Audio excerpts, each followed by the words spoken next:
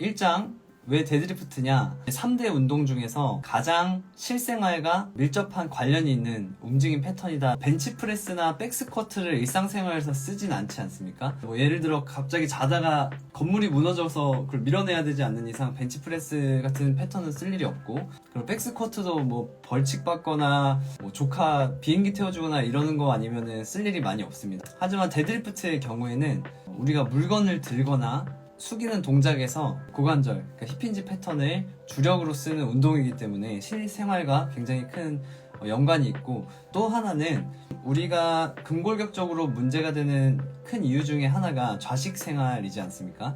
이 후방 체인이 계속 이제 느슨해져 있고 약해져 있는 패턴입니다. 근데 물론 스쿼트도 후방 체인을 쓰지만 이 데드리프트만큼 후방 체인을 완벽하게 사용하는 운동은 없다. 다음은 데드리프트의 혜택인데, 세 가지로 나누어서 첫 번째는 퍼포먼스적인 부분, 두 번째는 근성장적인 부분, 세 번째는 건강, 이렇게 세 개로 나누어 첫 번째 퍼포먼스적인 부분은 연구에 의하면 이 수직 점프에 굉장히 효과적이라고 합니다. 물론 스프린트에도 효과적이지만, 그래서 우리가 이렇게 점프를 위로 뛰는 동작에서 생각해보면 스쿼트 동작을 쓸 것 같지만, 실제로 우리가 점프를 최대한 높게 뛰어보세요 하면 이렇게 해서 이렇게 뛰진 않고 이렇게 해서 이렇게 올라가지 않습니까?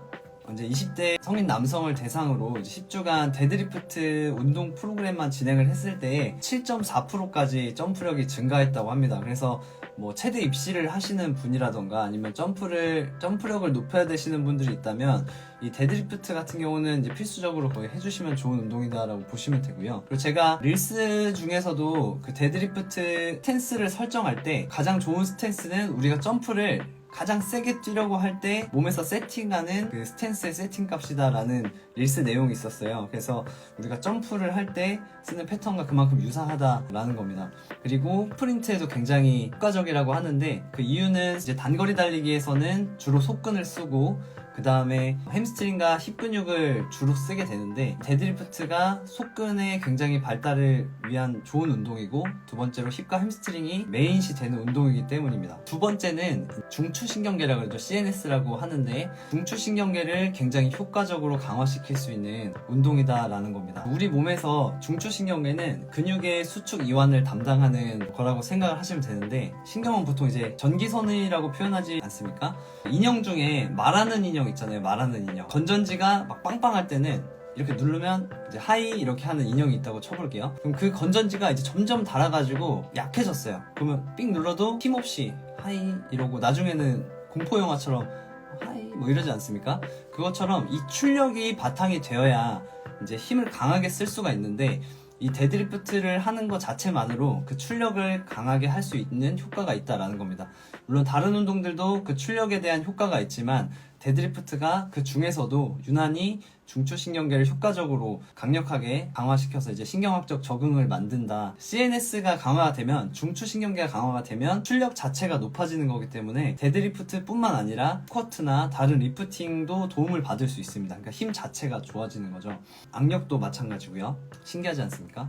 두 번째로 이제 데드리프트의 혜택 중에 근성장적인 부분이 있습니다. 이 부분은 의견이 분분하긴 하지만 한 연구에 의하면 이제 동화 호르몬 수치가 굉장히 많이 올라간다고 합니다. 동화 호르몬이라고 하면 이제 근육을 만드는 호르몬이죠.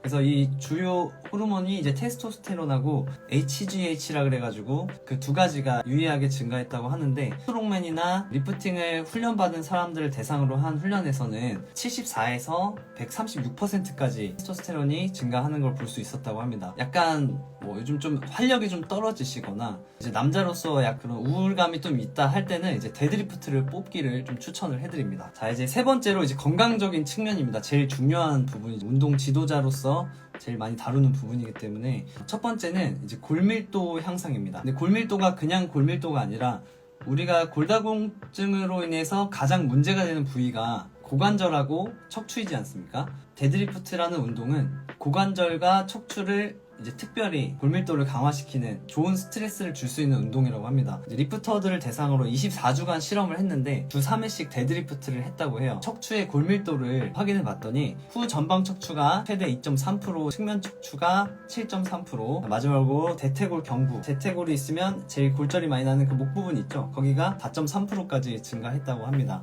외국 할아버지 할머니들 보면은 유난히 데드리프트를 많이 하시잖아요. 그 이유가 바로 이런 골밀도를 잘 강화시킬 수 있는 좋은 운동이기 때문에 그렇습니다. 그래서 어르신들에게도 굉장히 추천이 되는 운동이고, 우리 바디튜 순님께서는 남성 호르몬이 굉장히 많으신가 봐요. 부럽네요. 자, 그리고 두 번째 건강적 측면에 있어서는 이제 요통을 감소시킬 수 있다입니다. 우리가 보통 그냥 요통이 있다, 그러니까 허리가 아프다 하면 그럼 데드리프트는 하면 안 되겠다라고 생각을 하지만 실제로는 오히려 허리에 도움이 될 수 있는 운동이다라는 거, 물론 자세가 잘 나온다는 전제하에. 그 이유는 이제 허리와 코어를 강화시킬 수 있는 좋은 운동이고, 힙힌지라는 동작이 이제 힙의 움직임과 가동 범위를 계속 증가할 수 있는 움직임이기 때문에 허리에 도움을 주게 되는 거고, 실제로 요통 환자를 대상으로 주 1에서 2회 정도 데드리프트를 8주간 시행을 했는데 허리 통증이 감소했다라는 연구도 있습니다. 이제 여기에 저의 생각을 살짝 먼저 보자면, 이제 허리 통증에서 굉장히 중요하게 생각을 하고 있지만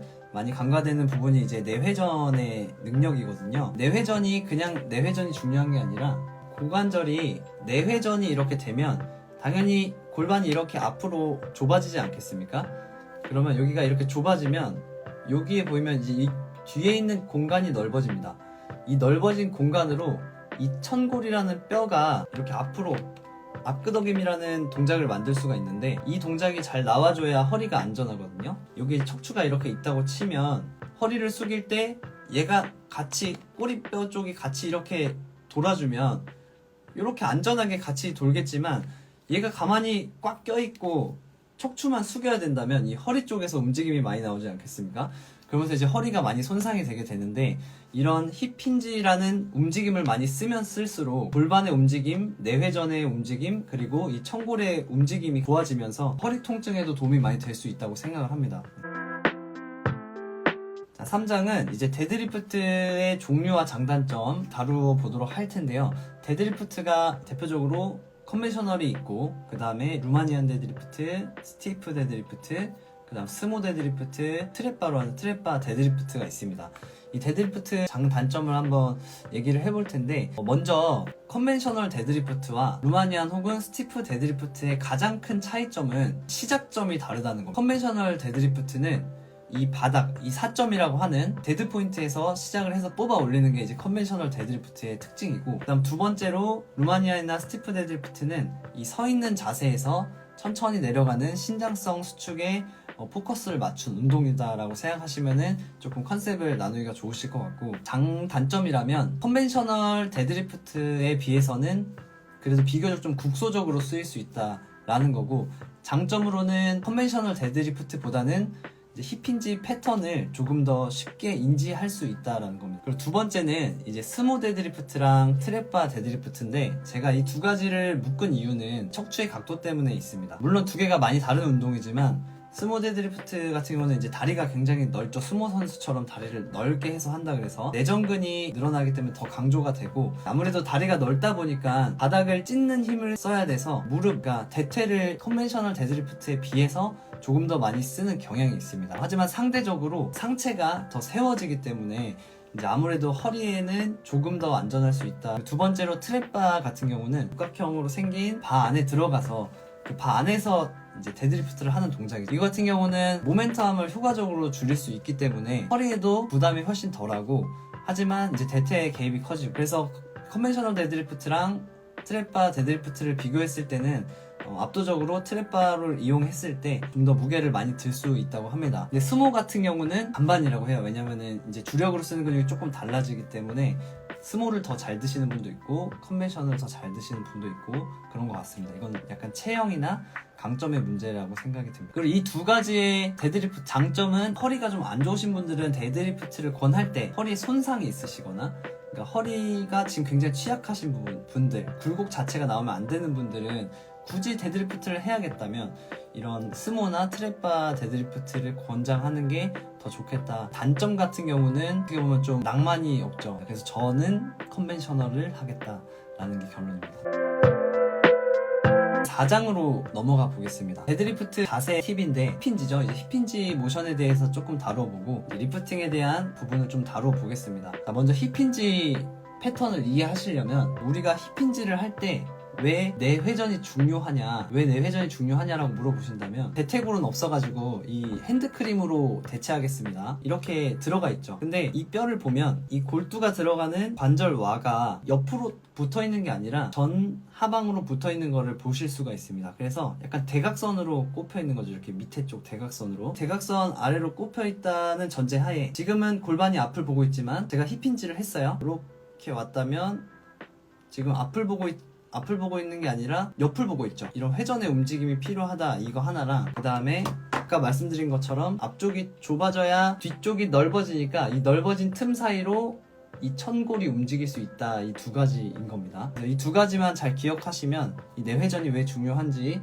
이해하실 수가 있고 이 좁아지는 게 왜 필요한지도 이해하실 수 있으실 겁니다. 제가 지금 굉장히 과장되게 했지만 실제로는 그렇게 큰 움직임은 있지 않아요. 근데 우리 몸이 되게 신기한 게 진짜 1, 2cm 차이로도 몸이 아프기도 하고 안 아프기도 하고 그렇습니다. 그리고 이제 리프팅적인 측면인데 리프팅에서 우리가 보통 데드리프트를 할 때 이 흉추를 이렇게 꼿꼿하게 세워야 된다고 생각을 하거든요. 저도 그렇게 배웠었고 저도 그렇게 알고 있었지만 실제로 그렇지 않더라라는 거죠. 먼저 첫 번째는 호흡 숨통 때문이고 두 번째는 역학적인 이유 때문입니다. 여기 보시면은 이렇게 쭉 뻗은 사람이 있고 흉추의 고유 만곡을 이렇게 가지고 있는 사람이 있습니다. 그러면 이 두 명의 이 힙과 어깨의 거리를 비교해 봤을 때 뭐가 더 짧겠냐라는 거죠. 요게 더 짧지 않겠습니까? 그래서 요게 거리가 더 짧아지기 때문에 들기가 유리하다.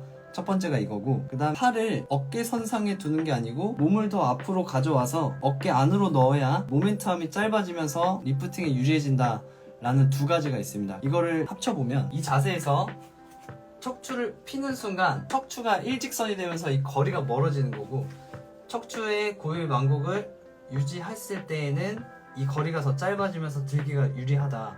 그리고 두 번째는 이 팔이 이 앞쪽에 내 어깨 선상에 뒀을 때보다 내 몸을 앞으로 빼서 왔을 때의 힙 관절과의 거리가 짧아지기 때문에 더 유리하다라는 겁니다. 이 광배근도 굉장히 중요하지 않습니까?